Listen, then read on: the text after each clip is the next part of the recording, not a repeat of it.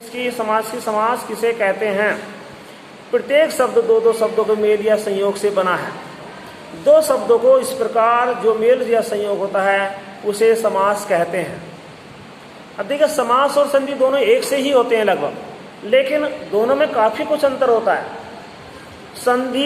संधि वर्णों का विकार है, यानी संधि में वर्णों का मेल होता है, जबकि समास में शब्दों का मेल होता है। संधि युक्त पदों का विच्छेद किया जाता है, और जबकि समास में पदों का विग्रह किया जाता है।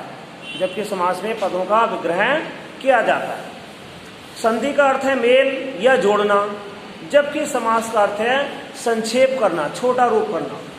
समास का अर्थ होता है शब्दों का छोटा रूप करना। जैसे अभी बताया था मैंने, राजकुमार, राजा का कुमार, राजा का कुमार। अगर हम उसको योग कर देते हैं, छोटा रूप बनाते हैं, तो क्या बन जाता है? राजकुमार बन जाता है। अब दूसरी और कुछ बातें जानने की हैं।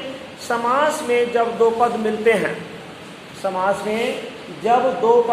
हैं तो उनके बीच का परसर्ग या विभक्ति चिन्ह या उसका विस्तार लुप्त हो जाता है, यानी कि उनका रूप छोटा हो जाता है। और समास में सभी शब्द स्वतंत्र अर्थ वाले होते हैं। समास में सारे शब्द स्वतंत्र अर्थ वाले होते हैं, जो आपस में मिलकर एक पद या पद बन जाते हैं, यानी कि मिलकर के एक हो जाते हैं। इस प्रकार बने हुए समस्त पद या सामासिक समस्त पद या सामासिक शब्द कहलाते हैं। नेक्स्ट बात आती है, समास में जो शब्द मिलते हैं वे पद कहलाते हैं। जैसे आपको मिला राजा का कुमार, 3 पद मिले, तो ये तीनों शब्द पद कहलाते हैं। इन दोनों पदों में से पहले पद को पूर्व पद और दूसरे पद को उत्तर पद कहते हैं। जो पहला पद है उसे पूर्व पद कहते हैं और दूसरा पद को उत्तर पद कहते हैं। अब आते हैं समास के भेद। तो देखिए, समस्त पद में पूर्व पद और उत्तर पद की स्थितियां इस प्रकार की जा सकती हैं। भेद के लिए समस्त पद में उत्तर पद प्रधान हो सकता है और पूर्व पद गौण हो सकता है। गौण का मतलब है महत्वहीन, कम महत्व हो सकता है। सेकंड बात आती है, समस्त पद में दोनों पद प्रधान हो सकते हैं, और दोनों पद भी प्रधान हो सकते हैं, दोनों का महत्व भी हो सकता है।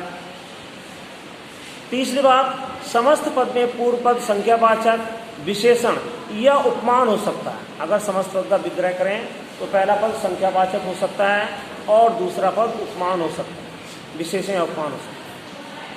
समस्त पद में पूर्व पद विशेषण या उपमान हो सकता है और उत्तर पद विशेष या उपमान हो सकता है। आपको एक बार पढ़ना जरूर पड़ेगा, ये नहीं कि पर रट लिया, रटना नहीं है। 9th क्लास तक ये आपको समाज पीछा नहीं छोड़ेंगे, उसके बाद तो यूज में आते रहते हैं। देखिए, सिलेबस में 9th क्लास में भी जा कर 9th क्लास में। समस्त पद में दोनों पद अप्रधान हो सकते हैं, पर उनके मेल से एक विशेष अर्थ का बोध हो सकता है। समस्त पद में पूर्व पद प्रधान तथा अव्यय हो सकता है। समस्त पद पूरा ही प्रधान भी हो सकता है और अव्यय भी हो सकता है। अव्यय का मतलब है जिसका रूप ना बदले। और उत्तर पद गौण हो सकता है। तो पदों की इन स्थितियों के अनुसार समास के 6 भेद माने गए हैं। पहला समास हो जाता है तत्पुरुष समास, दूसरा होता है द्वंद्व समास, तीसरा द्विगु समास, चौथा होता है कर्मधारय समास, पांचवा बहुव्रीहि समास और छठा होता है अव्ययी भाव समास। इस प्रकार से समास के 6 भेद होते हैं। यही सिलेबस आपका 8th क्लास में चल रहा है। अभी 8th क्लास में भी यही करा कर आया हूँ इसको, लेकिन ध्यान रखिएगा। तो इस प्रकार से समास के कितने भेद हो गए? 6 भेद हो गए। उसी तरह से मैं समास के भेदों के बारे में अब उसमें बताता हूँ आपको।